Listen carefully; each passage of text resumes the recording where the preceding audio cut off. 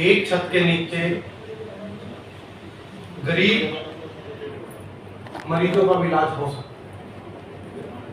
कहीं ना कहीं धारणा है कि प्राइवेट अस्पताल है, दिल्ली से डॉक्टर आ रहे हैं, ऐसा नहीं।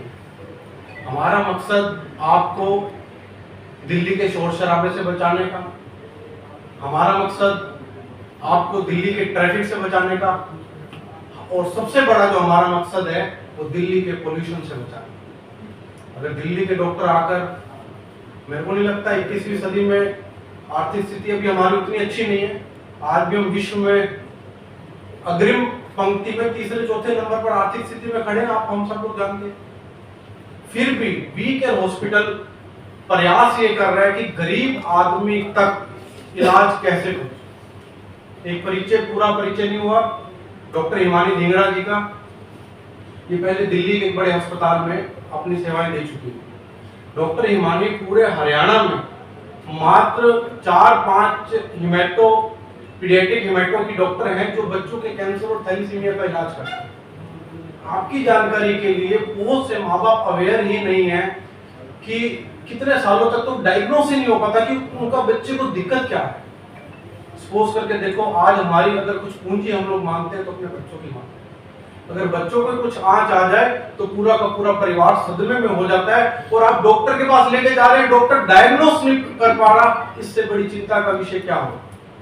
हमने डॉक्टर साहब से निवेदन किया, डॉक्टर साहब ने रोहतक में अपनी सेवाएं देने स्टार्ट की, और आज मैं मेडिकल कॉलेज और इवन सिविल हॉस्पिटल से भी बहुत से ऐसे माँ बाप अपने बच्चों को लेकर आते हैं जिनका ट्रीटमेंट डॉक्टर हिमानी करते हैं।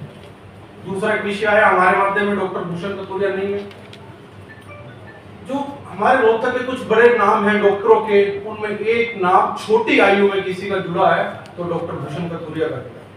हम लोग बड़े शौक में कहीं भी धूम्रपान कर लेते हैं, बड़े शौक में कहीं भी हल्का फुल्का गुटखा टेस्ट के लिए खाना शुरू करते हैं, बाद में वो किस तरह का नसूर हमारे ऊपर बन जाता है ये आप हम सब लोग जानते हैं। उसके ऊपर बकायदा सरकार ने फोटोएं लगा रखी है कि किस प्रकार कैंसर बनता है, लेकिन फिर भी हम लोग अवेयर नहीं।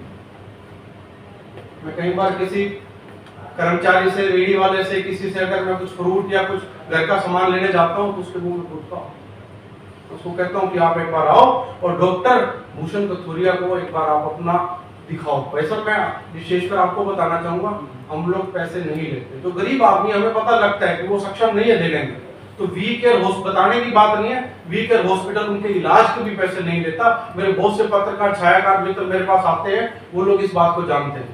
तो मित्रों, मैंने ऐसे कितने लोगों को डॉक्टर भूषण कतुरिया को दिखा के उनको कैंसर होने से ना केवल बचाया बल्कि उनकी बुरी आदतों से भी उनको छुड़ाने का प्रयास किया। डॉक्टर भूषण कतुरिया ने जब कोरोना की महामारी पूरे विश्व में चली थी, म्यूकरमाइसिस के ब्लैक फंगस जिसको आप जानते हो, जिस नाम से जानते हो, उसकी अगर किसी ने रोहतक में इलाज दिया तो डॉक्टर भूषण ने दिया। ये मात्र छोटा सा हॉस्पिटल आपको बहुत बड़ी सुविधाएं देगा। और आगे भी हम लोग इस कड़ी में दिल्ली के डॉक्टर से आग्रह कर उनको रोहतक लाने का प्रयास कर रहे हैं ताकि अच्छी सुविधाएं मिल सके। इतना मकसद है, पैसा हमें जरूरी नहीं है। हमारे लिए जब कोई भी डॉक्टर बनता है उसके लिए कुछ एम होते हैं, कुछ सपने होते हैं कि हमें गरीब आदमी का इलाज करना है।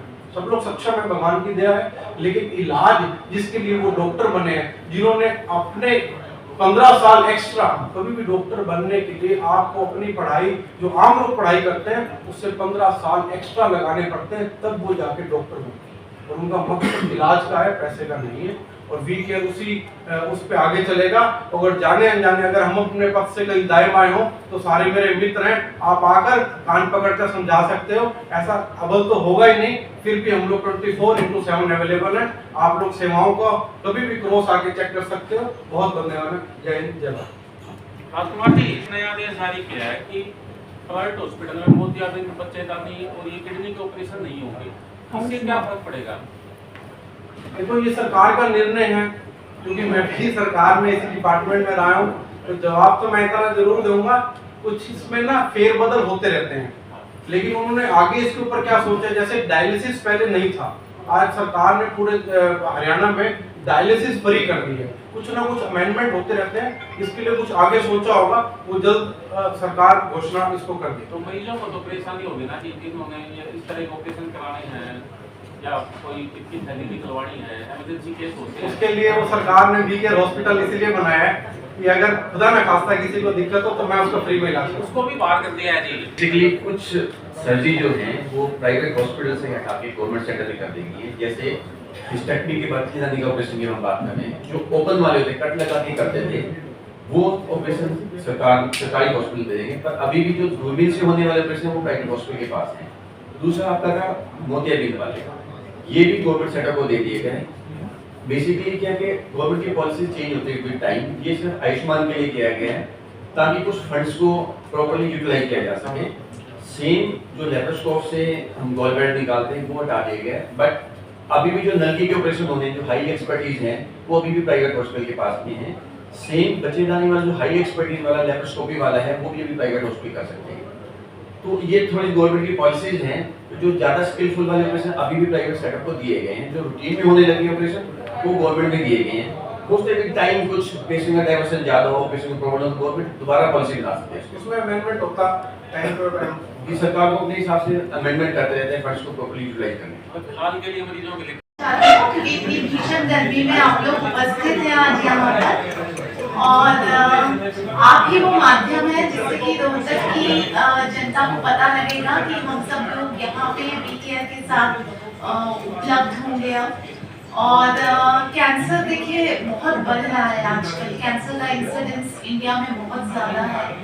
और मैं यहाँ पे रोहतक में पिछले 1 साल से लगातार आ रही हूँ। इसी दौरान बात हुई थी मेरी डॉक्टर भूषण से कि कैसे, मतलब वो काफ़ी चिंतित थे कि आगे पेशेंट्स का क्या हो। जब एक बेसिक ट्रीटमेंट हो जाता है उसके बाद कैंसर के ट्रीटमेंट के लिए थोड़ी कुछ विशिष्ट सेवाओं की ज़रूरत होती है, जैसे कि रेडिएशन थेरेपी। तो ये सब अगर उपलब्ध होगा तो मरीज के लिए काफ़ी आसानी हो जाएगी। तो सही गाइडेंस मिले पेशेंट्स को कि कैसे क्या होना है तो उनकी काफ़ी मदद हो जाती है। और कैंसर में जब तक पेशेंट सोचता है कि दिल्ली जाएंगे, अपने लॉजिस्टिक्स, अपने सारे संसाधन जो कैसे करेगा, वो सब अनुमान लगाते लगाते कैंसर की स्टेज बढ़ जाती है। तो यही बेसिक विजन था कि जब पता लगे तभी इलाज भी उपलब्ध होना चाहिए। यही डॉक्टर भूषण, डॉक्टर हिमानी और हम सभी का यही कॉमन विजन है कि सभी तरीके की सुविधाएं यहीं पर मिलनी चाहिए रोहतक के मरीजों को। Thank you so much, thank you for being here. धन्यवाद।